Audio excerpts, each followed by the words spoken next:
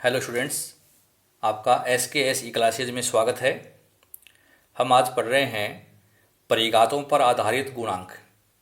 आपने मेरे पिछले 6 लेक्चर में मोमेंट्स पढ़ लिए हैं कि मोमेंट फर्स्ट, सेकंड, थर्ड और फोर्थ कैसे निकालें और उनमें शेफर्ड करेक्शन कैसे करें, ये भी आपने पढ़ लिया।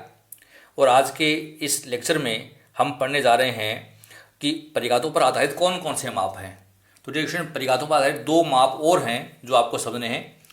एक तो है बीटा 1, जिसको हम बीटा गुणांक के नाम लेते हैं। बीटा 1 जो विषमता का माप है, अर्थात ऐसा माप जिस पर हम विषमता की गणना कर सकते हैं कि हमारी श्रेणी में विषमता है या सममितता है, और विषमता है तो पॉजिटिव है या नेगेटिव है।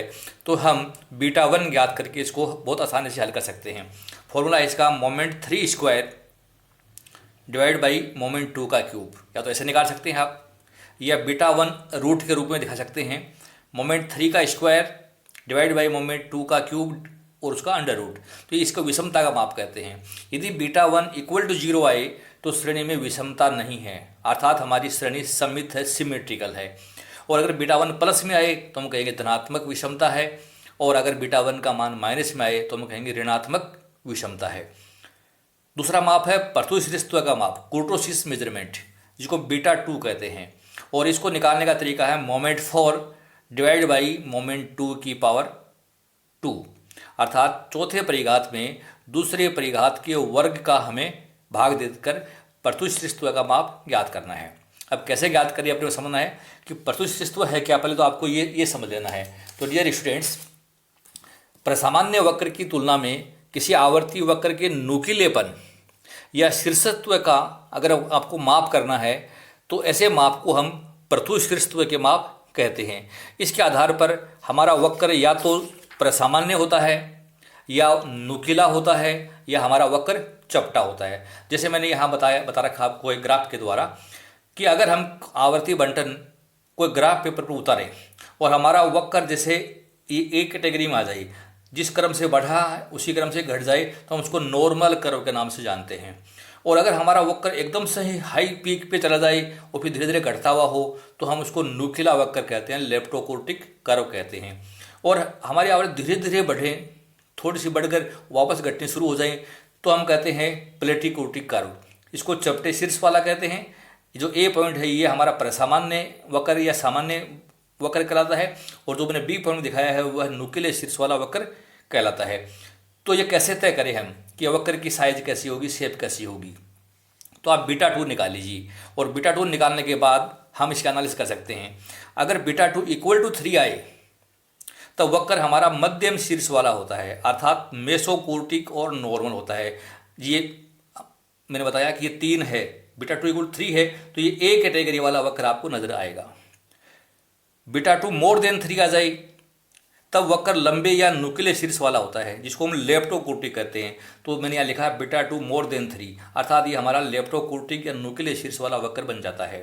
और बीटा 2 लेस देन 3 आए तब वक्र चपटे शीर्ष वाला प्लेटिकोर्टिक कहलाता है, जिसे मैंने यहाँ लिखा है बीटा 2 लेस देन 3, तो ये वक्र हमारा प्लेटिकोर्टिक वक्र है।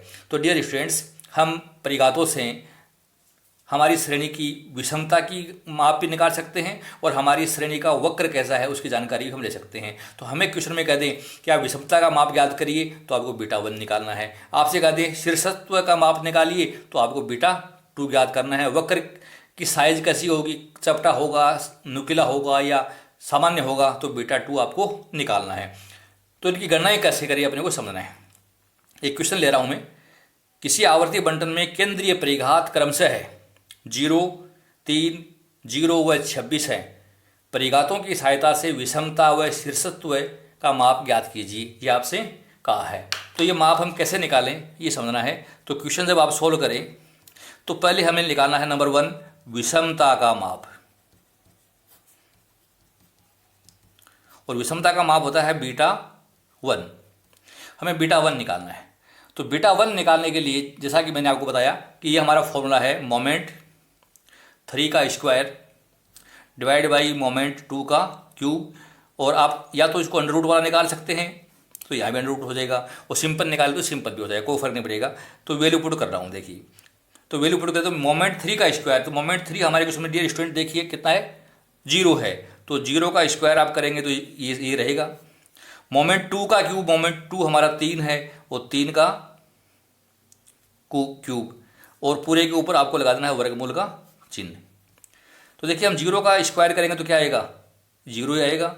और 3 का क्यूब करें, 3 गुणा 3 गुणा 3 27 आएगा, तो ये 27 हो गया।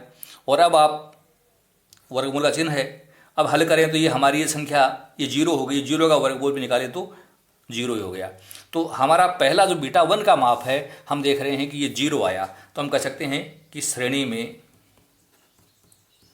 विषमता का अभाव है,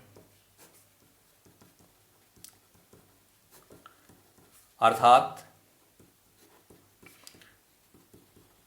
श्रेणी सममित है। हम ये कह सकते हैं विषमता हमारी श्रेणी में नहीं है। तो ये बीटा 1 मैंने निकाला। अब हम लेते हैं दूसरा माप। दूसरा है परथूशीर्षत्व का माप, मेजरमेंट ऑफ कुर्टोसिस, हम इसको कुर्टोसिस कहते हैं। और ये हल करने के लिए आपको इसमें बीटा 2 निकालना होगा। बीटा 2 का फॉर्मूला है moment for divide by moment 2 का स्क्वायर। जैसे मैं लिख रखा moment for divide by moment 2 का स्क्वायर, तो आप वैल्यू पुट करिए। मोमेंट फॉर हमारे उसमें 26 है और मोमेंट 2 है 3, तो 3 का स्क्वायर, इसको सोल्व करना है। तो 26/3 का स्क्वायर होता है 9, तो 26/9 हो गया। आप देख रहे हैं कि 26 में 9 का भाग दे लीजिए आप, तो 26 में 9 का भाग दिया तो संख्या आती है 2.889। तो हमारा जो माप हम देख रहे हैं कि ये 3 से कम है। तो dear students, beta 2 less than 3, 3 से कम है, तो वक्र हमारा चपटे शीर्ष का होगा। सो कर्व इज प्लेटी कुर्टिक, अर्थात